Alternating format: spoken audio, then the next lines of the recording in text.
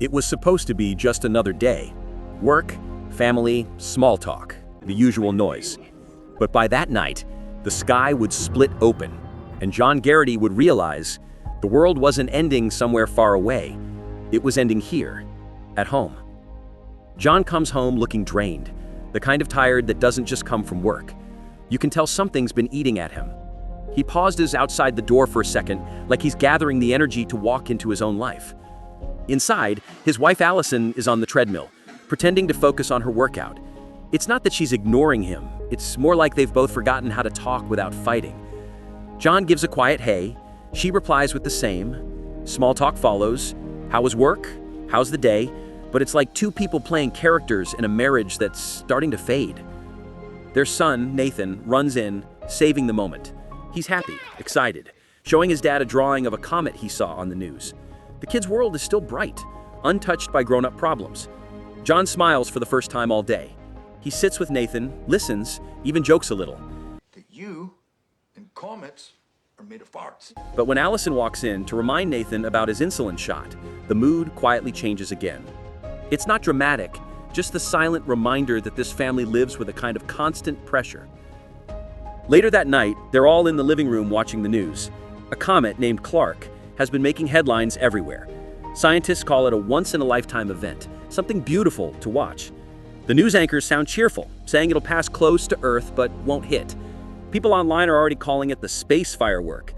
John just sits there, listening. Not scared, but uneasy. Maybe it's intuition, or maybe it's just that kind of day where bad news feels closer than usual.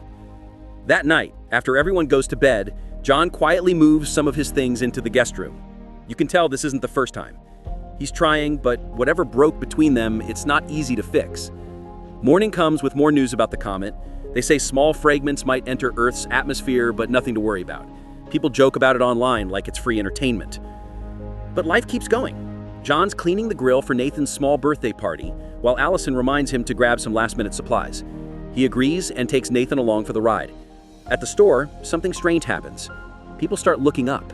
The comet, Clark, is visible even in daylight, slicing across the sky like a glowing scar. For a second, everyone just stops what they're doing. It's beautiful and terrifying at the same time. Then John's phone buzzes, a presidential alert. He frowns and checks it. The message says he, Allison, and Nathan have been selected for emergency relocation shelter. He doesn't even understand what that means. But one thing is clear, no one else in the store got that alert. He looks around. Everyone's just staring at the sky, recording on their phones, clueless. Something inside him starts to tighten. Back home, Allison misses the same alert flashing on the TV. She's busy getting ready for the party. Meanwhile, John's speeding home, still trying to process what he just saw. When he arrives, guests are already there. Friends laughing, music playing, kids running around like nothing's wrong. He pulls Allison aside, asking if she saw the alert. She shakes her head, saying it's probably just a government test, but John's face says otherwise. They step into the living room just as everyone turns toward the TV. The news anchor announces that one of the comet fragments is expected to hit the ocean soon. Nothing dangerous, just a spectacular show. The kids count down on screen. 3, 2, 1, and then silence. A few seconds later, the ground trembles, glass rattles. Outside, car alarms go off. John steps out to look, and the sky looks wrong. Birds scatter like they're escaping something we can't see. Then, a shockwave hits. The air turns white, windows burst, the ground shakes so hard it feels alive. When it's over, everyone runs outside. The news anchor's voice is trembling now. The fragment didn't land in the ocean. It hit Florida, and the city is gone. John stands there staring at the sky, then his phone buzzes again, another presidential alert. Only this time, it's not just text. It's a voice message, and it says something that will change everything. The alert repeats in that cold. He freezes. The room around him feels miles away. Everyone else, the guests, the neighbors, are staring at him, confused. Allison frowns, asking what it means, but before John can answer, the same message pops up on the TV. It's not a random broadcast. It's his name, his family. The message says they must head to a nearby airbase for evacuation immediately. Silence takes over the room. Then comes the panic. Everyone starts talking at once. Some ask if it's a joke, others demand to know why he was chosen. me John's phone, get it. John doesn't know what to say.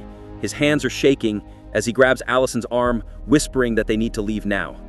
She's still confused, still trying to catch up, but the look on his face is enough. They rush upstairs to pack. Allison grabs Nathan's insulin, some food, and water. John throws clothes into a bag. The whole time the TV keeps repeating the same words. Impact zones confirmed. Evacuation priority, essential personnel and their families. Outside, their friends are shouting. One neighbor begs her to take her daughter. John wants to help, but the alert was clear. Only those listed. If they bring anyone else, they'll be turned away. He hates himself for it, but he closes the door and drives off. The impact in Florida wiped out everything within hundreds of miles, and more fragments, bigger ones, are on their way. They call one of them the Planet Killer. 2 days until it hits. Allison's holding Nathan's hand, trying to stay calm, but her voice keeps breaking. She asks, what if this alert was sent by mistake? John doesn't answer. He's too focused on the military convoys rushing the other way, trucks loaded with supplies, planes roaring overhead. This isn't a test. When they finally reach the base, chaos is already waiting. Crowds are pressed against the gates, screaming to be let in. Soldiers are shouting orders, trying to keep control. Do that with me, bud? Yeah? All right, we gotta go. John shows his phone. The soldier scans the code. It turns green. They're waved through. Inside, it's like a war zone. Families crying, officers yelling, engines roaring from the runway. They're told to drop most of their bags, only essentials. John checks their stuff again and freezes. I must have dropped it in the car. Shit. Nathan's insulin is missing. He runs back to the car to grab it, shouting that he'll be right back. No, I need to grab something from the car. I have my wristband. Can I get back in? Yeah, go. Allison tries to explain to a soldier what's happening, mentioning Nathan's diabetes. That's when everything changes. The officer's tone hardens. He says no one with a chronic illness is allowed on the flight. They're considered medical risk. Allison pleads with him. She says Nathan is stable, his father's coming back, but the soldier's face doesn't move. Orders are orders. She's escorted out of the line, forced through the gate with Nathan in her arms, surrounded by other rejected families. The sound of engines, crying, panic, it all mixes together. John comes back running, holding the insulin, but the place where they stood is empty. He can't find them. He runs from group to group, shouting their names, until a soldier grabs him, yelling that he needs to board now. That's when he hears it. Someone whispering behind him. Another evacuee notices the insulin box in his hand. You won't get through with that, the man says. They're not taking anyone sick. So was my sister's kid, and they turned him away. They said no illnesses. And it hits John. Allison must have told them. He realizes they've been removed. Panic takes over. He shoves through the crowd inside the airplane, desperate to reach out the fence again. But before he can, someone screams. The gates have been breached. Hundreds of civilians flood in, desperate to get on the planes. Soldiers fire warning shots, but it's useless. The chaos turns deadly. A spark, a shout, then an explosion. One of the planes ignites. The shockwave throws John to the ground as fire rips through the runway. People are screaming, running, pushing. More explosions follow. The whole base is burning.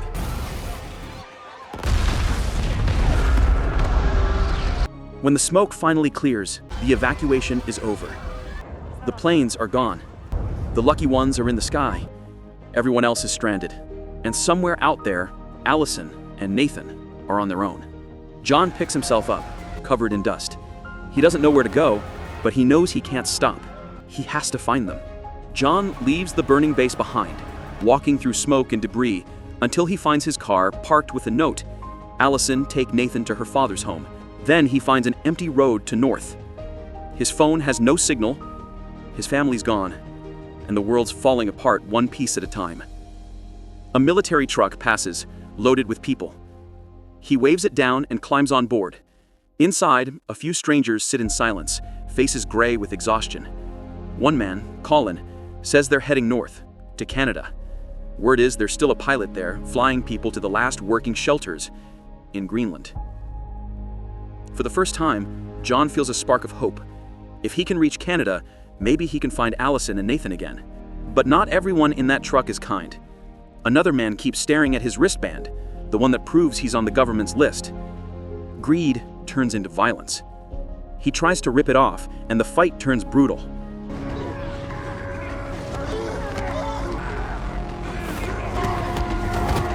The driver loses control. The truck flips, metal twisting and glass shattering. When it stops moving, John crawls out through the wreckage. Everyone else is gone. He's bleeding, but alive. Somewhere miles away, Allison is still fighting her own battle. After being thrown out of the base, she drove through chaos until she found a pharmacy.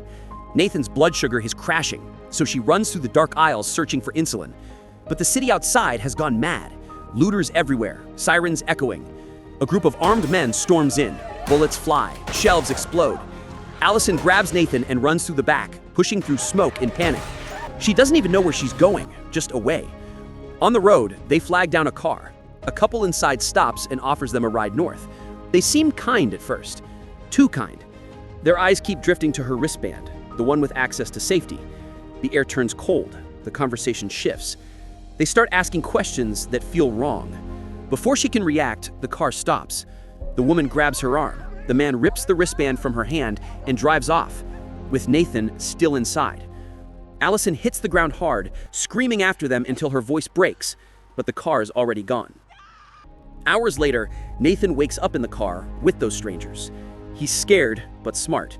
When soldiers at a checkpoint ask for IDs, Nathan quietly tells them, "You're not my parents." the soldiers arrest the couple on the spot and take Nathan to the base for safety. By some miracle, Allison reaches the same base later that night. She searches every tent, every row of stretchers, calling his name until she finally finds him being taken care of. She runs and hugs him like she'll never let go again. Nathan's safe, and for now, that's all that matters. Meanwhile, John finds shelter in a half-destroyed house. He turns on a dusty old TV, and the emergency broadcast hits him like a punch. The comet's main fragment, the planet killer, is coming in less than 24 hours. He grabs a car from the driveway and drives non-stop through the night, heading toward Allison's father's house. When he gets there, the old man is sitting with a deck of cards friends, a calm face, like he's already made peace with the end. John asks about Allison.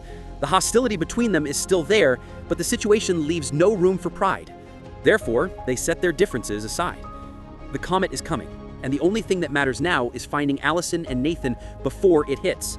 Meanwhile, Allison and Nathan stop at a gas station and manage to call home. Therefore, John and her father drive out immediately, desperate to reach them before another strike. When the family finally reunites, relief replaces the chaos. For a moment, inside the house, John confirms that the information about the Greenland shelters is real. He convinces Allison that their only chance is to head north to Canada, where planes are still flying out. They pack quickly, preparing for the impossible journey ahead, but Allison's father refuses to go. He's made peace with staying behind. Suddenly, a massive fragment of the comet slams into the horizon. The explosion rattles the windows, the shockwave tearing across the distance. They have no more time to argue. They say their goodbyes. Allison's father hands John a gun, one final gesture of trust before the family drives away. On the road, John and Allison finally reconnect. The disaster has stripped everything away, but they know it's not over. They still have to reach Canada, the last hope of escape before impact. Then, as they drive away, the sky turns red. The comet's fragments are already entering the atmosphere. Fire rains down. Highways crumble. Cars explode. John swerves through chaos searching for cover.